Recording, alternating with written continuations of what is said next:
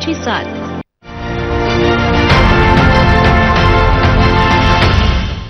नमस्कार, मी संदीप देसाई। महाराष्ट्र एक पाऊल पुढे मध्ये आपलं स्वागत आहे।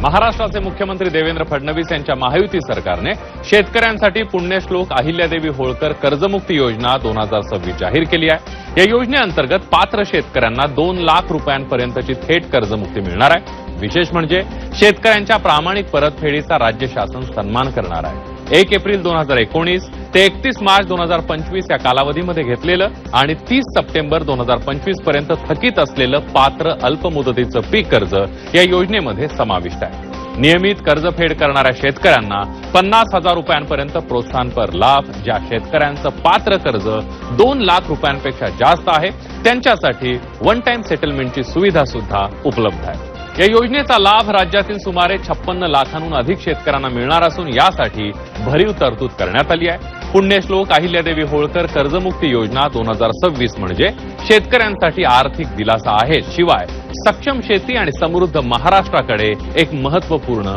पाऊल आहे। वारंवार कर्जबाजारी न होता त्याला कायमस्वरूपी कर्जमुक्त करण्याचा शासनाचा संकल्प असून याबाबत समितीच्या शिफारसी अनुसार दीर्घकालीन उपाययोजना करण्यात येत आहेत। हे शेतकरी कर्ज घेऊन नियमित परतफेड करतात अशा शेतकऱ्यांना प्रोत्साहन देण्याच्या हेतूने नियमित कर्ज परतफेड केलेली असल्यास अशा पात्र शेतकऱ्यांना 50,000 रुपयापर्यंत प्रोत्साहनपर लाभ देण्यात येईल। मुख्यमंत्री देवेंद्र फडणवीस यांनी पालघर जिल्ह्याचा दौरा केलाय। राज्याच्या पायाभूत सुविधा आणि आर्थिक विकासाला नवी गती देणाऱ्या तिथल्या महत्वाकांक्षी प्रकल्पांचा प्रत्यक्ष आढावा त्यांनी घेतलाय। मुख्यमंत्री देवेंद्र फडणवीस यांनी वाढवण बंदर, मुंबई अहमदाबाद बुलेट ट्रेन प्रकल्प, देशातील पहिल्या प्रस्तावित ऑफशोअर विमानतळाची जागा, मुंबई दिल्ली द्रुतगती मार्गावरील मुंबई वडोदरा इंटर जंक्शनची पाहणी केली आहे। तसंच उत्तन विरार सागरी सेतू आणि नारिंगी खाडी पूल प्रकल्पाबाबत संबंधित विभागांच्या वरिष्ठ अधिकाऱ्यांमध्ये पूर्ण करण्यासह दर्जेदार कामावर भर देण्याच्या सूचना सुद्धा दिलेल्या आहेत। राज्यातील बंदर, वाहतूक, उद्योग, निर्यात, रोजगार वाढीच्या दृष्टीनं हे सर्व प्रकल्प गेम चेंजर ठरणार आहेत आणि महाराष्ट्राच्या आर्थिक विकासाला नवी गती मिळणार आहे असं म्हटलं जात आहे। नसरापूर बालिका अत्याचार आणि हत्या प्रकरण पुणे विशेष सत्र न्यायालयानं 59 दिवसात निकाली काढत आरोपीला फाशीची शिक्षा सुनावली आहे। या निकालावर राज्याचे उपमुख्यमंत्री एकनाथ शिंदे यांनी समाधान व्यक्त केलंय। मुख्यमंत्री देवेंद्र फडणवीस यांच्या नेतृत्वात राज्य सरकारने महिलांच्या सुरक्षेला सर्वोच्च प्राधान्य दिलंय। प्रत्येक मुलगी आणि महिला सुरक्षित वातावरणात जगावी यासाठी सरकार सातत्यानं प्रभावी उपाययोजना राबवत आहे। जलद तपास, फास्ट ट्रॅक न्यायालयीन प्रक्रिया आणि कठोर शिक्षा यांसाठी सरकार कटिबद्ध आहे असं उपमुख्यमंत्री एकनाथ शिंदे यांनी म्हटलंय। तसंच नसरापूर बालिका अत्याचार प्रकरणाचा निकाल हा महिलांवर आणि बालिकांवर अत्याचार करणाऱ्यांना स्पष्ट इशारा आहे। यापुढे कुणी असं घृणास्पद कृत्य धजावणार नाही असा हा कडक इशारा असल्याचंही उपमुख्यमंत्री एकनाथ शिंदे यांनी सांगितलंय। श्रद्धा, भक्ती, परंपरा आणि महाराष्ट्राच्या संस्कृतीचा दिव्य सोहळा म्हणजे आषाढी एकादशी।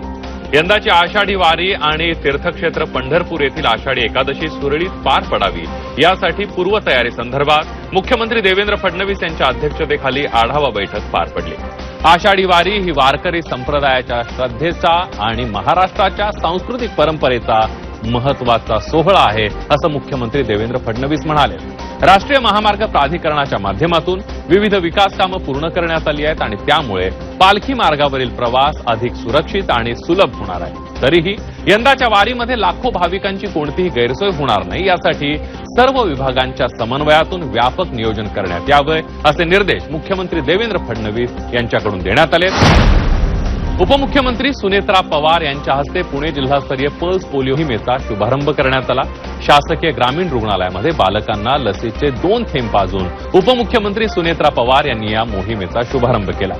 पोलिओ मुक्त भारत ही आपली सामूहिक जबाबदारी आहे आणि त्या दृष्टीनं राज्यभर राष्ट्रीय पल्स पोलिओ लसीकरण मोहीम राबवण्यात येते आहे। पोलिओवर मात करण्याचा प्रभावी मार्ग लसीकरण आहे आणि त्यामुळे प्रत्येक पालकानं जबाबदारीनं पुढे येऊन आपल्या 5 वर्षांखालील बालकांना जवळच्या लसीकरण केंद्रांवर जाऊन पोलिओ प्रतिबंधक लसीचे 2 थेंब अवश्य पाजावेत असं आवाहन उपमुख्यमंत्री सुनेत्रा पवार यांनी केलं। या बातमीसह महाराष्ट्र एक पाऊल पुढे मध्ये वेळ झाली। इथेच थांबण्याची ताज्या बातम्या आणि महत्त्वाच्या घडामोडींसाठी पहा फक्त झी 24 तास।